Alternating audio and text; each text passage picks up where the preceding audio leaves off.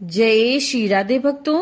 आज हम आपके लिए यहाँ पर लेकर आए हैं श्रीमद् देवी भागवत के छठे स्कंद से अध्याय 3 की कथा, जो है वृत्तासुर के द्वारा इंद्र की पराजय। तो चलिए शुरू करते हैं।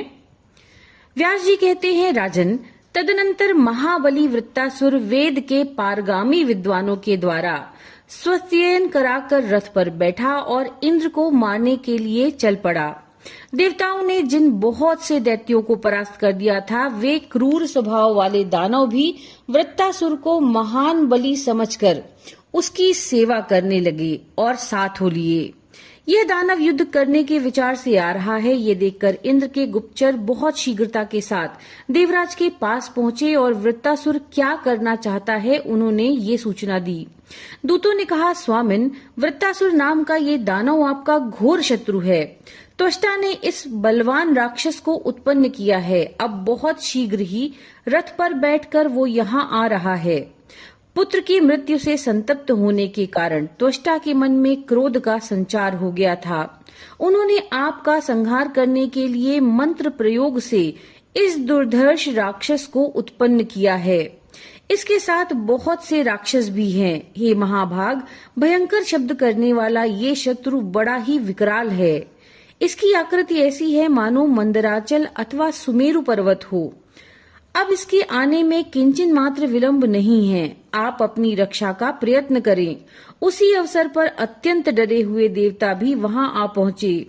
अभी इंद्र गुप्तचरों की बात सुन ही रहे थे, इतने में वे अपनी बात सुनाने लगे। देवताओं ने कहा, मधवन, इस समय स्वर्ग में अनेक प्रकार के अपशगुन हो रहे हैं। पक्षियों की बोली से जान पड़ता है कि कोई महान भय सामने आने वाला है।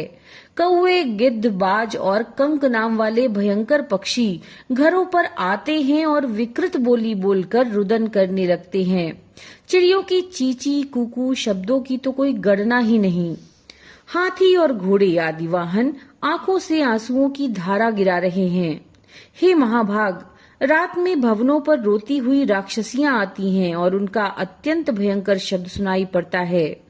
मानत बिना आंधी के ही ध्वजाएं टूटकर गिर रही हैं।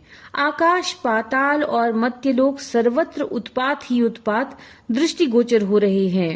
रात में सियारिनियां घर के आंगन में आती हैं और उनका करुण क्रंदन आरंभ हो जाता है। प्रत्येक घर में गिरगिटों के जाले लग रहे हैं। प्रायः अनिष्ट की सूचना देने वाले सभी अंगों में फड़कन आरंभ हो गई है। व्यास जी कहते हैं, राजन, देवताओं की ये बातें सुनकर इंद्र बड़े चिंतित हो गए। उन्होंने बृहस्पति जी को बुलाया और उनसे वे मनोगत बात पूछने लगे। इंद्र ने पूछा, बड़े आश्चर्य की बात है कि ये भयंकर अपशगुन क्यों हो रहे हैं। हे महाभाग, आप तो सब कुछ जानते हैं। इस विघ्न को दूर करने में आप पूर्ण योग्य हैं। आप बुद्धिमान, शास्त्रों के तत्व को जानने वाले और देवताओं के गुरु हैं। विधियों के ज्ञाता हे ब्राह्मण, आप शत्रु क्षय करने वाली कोई शांति करने की कृपा करें, जिससे मुझे दुख न देखना पड़े। वैसा ही प्रयत्न आपको करना चाहिए।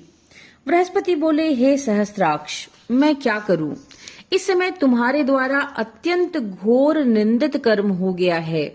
निरपराधी मुनि को मारकर तुमने क्यों इस बुरे फल के भागी बन गए? अत्यंत उग्र पुण्य और पापों का अमिट फल शीघ्र ही भोगना पड़ता है। इसलिए कल्याण चाहने वाले पुरुष को चाहिए कि खूब सोच समझकर कार्य करे, जिससे दूसरे कष्ट पाएं। वैसा कर्म कभी न करे। दूसरों को पीड़ा देने वाले स्वयं सुखी रहें, ये असंभव है। शक्र, तुमने मोह और लोभ में पड़कर ब्रह्म हत्या कर डाली। अब सहसा किए हुए उस पाप कर्म का ये फल तुम्हारे सामने आया है। संपूर्ण देवता मिलकर भी उस वृत्तासुर को नहीं मार सकते। तुम्हें मारने के लिए ही वह आ रहा है। उसके साथ बहुत से दानव भी आ रहे हैं।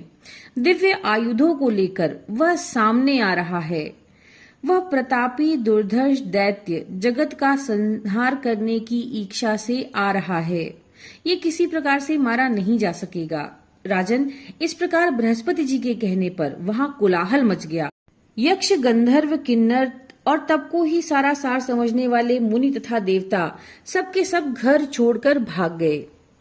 ये देखकर इंद्र बड़े चिंतित हो गए। फिर तो सेना सजाने के लिए उन्होंने सेवकों को आज्ञा दी और कहा, तुम लोग वसुओं, रुद्रों, अश्विनी कुमारों और आदित्यों को यहाँ बुला लाओ। पूषा, भग, वायु, कुबेर, वरुण और यम आदि समस्त प्रधान देवता अस्त्र शस्त्र लेकर विमानों पर बैठे और शीघ्र यहाँ आ जाएं, क्योंकि इस समय शत्रु हम पर चढ़ाई कर रहा है। इस प्रकार सेवकों को आदेश देकर देवराज इंद्र ऐरावत हाथी पर सवार होकर अपने भवन से चल पड़े। ऐसे ही संपूर्ण देवता भी अपने अपने वाहनों पर चढ़े और युद्ध करने की प्रतिज्ञा करके हाथों में अस्त्र शस्त्र लेकर निकल पड़े। अब तक वृत्तासुर भी दानवों को साथ लिए हुए मानस पर्वत की उत्तरी सीमा पर पहुंच गया था। इंद्र भी देवताओं के साथ उस स्थान पर पहुंचे और युद्ध आरंभ हो गया। फिर तो उस स्थल पर इंद्र और वृत्तासुर में बड़ी भयंकर लड़ाई होने लगी। मानवीय वर्ष से 100 वर्ष तक युद्ध होता रहा। मनुष्य तथा आत्मानुभवी ऋषि सबके मन में आतंक छा गया। पहले वरुण का उत्साह भंग हुआ, फिर वायुगण विचलित हुए, तत्पश्चात यम, अग्नि और इंद्र सबके सब युद्ध स्थल से भाग चले।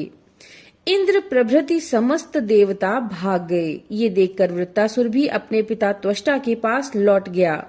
उस समय त्वष्टा प्रसन्नता पूर्वक आश्रम पर विराजमान थे। वृत्तासुर ने उन्हें प्रणाम करके कहा, पिताजी, मैंने आपका कार्य सिद्ध कर दिया। इंद्र आदि जितने देवता युद्ध भूमि में उपस्थित थे वे सभी परास्त हो गए। वे इस प्रकार भाग चले जैसे सिंह के सामने हाथियों और मृगों में भगदड़ मच जाती है। इंद्र पैदल ही भाग गया, उसके श्रेष्ठ हाथी को मैं पकड़ लाया हूँ। अब आप हाथियों में प्रशंसनीय इस ऐरावत को स्वीकार कीजिए। डरे हुए प्राणियों को मारना अन्याय है, ये समझकर मैंने उनके प्राण छोड़ दिए। पिताजी, आज्ञा दीजिए, अब मैं आपका कौन सा मनोरथ पूर्ण करूं? संपूर्ण देवताओं के हृदय में घोर आतंक छा गया था। थक जाने से व्याकुल होकर वे भाग गए। इंद्र भी निर्भय नहीं रह सका। उसने अपने ऐरावत हाथी को छोड़कर स्वर्ग की राह पकड़ ली। व्यास जी कहते हैं, राजन, वृत्तासुर की उपयुक्त बातों को सुनकर त्वष्टा के आनंद की कोई सीमा ही न रही। उन्होंने कहा, बेटा, आज मैं अपने आप को पुत्रवान समझता हूँ। मेरा जीवन सफल हो गया। तुमने मुझे पवित्र कर दिया। आज मेरा मानसिक संताप दूर हो गया। तुम्हारे अद्भुत पराक्रम को देखकर अब मेरे मन में किसी प्रकार की हलचल नहीं रही। हे पुत्र, अब मैं तुम्हारे हित की बात कहता हूँ, सुनो और उस पर ध्यान दो। बड़ी सावधानी के साथ आसन जमाकर तपस्या करना परम आवश्यक है। किसी का भी निरंतर विश्वास नहीं करना चाहिए। तुम्हारा शत्रु इंद्र महान कपटी है। इसे तरह तरह की भेद विद्याएं भली भांति विदित है। तपस्या से लक्ष्मी प्राप्त होती हैं। उत्तम राज्य पाने के लिए तपस्या परम साधन है। तप के प्रभाव से ही प्राणी में बुद्धि और बल आते हैं। इसी के आचरण से प्राणी संग्राम में विजय पाता है। इसलिए तुम महाभाग ब्रह्मा जी की आराधना करके श्रेष्ठ वर पाने की चेष्टा करो।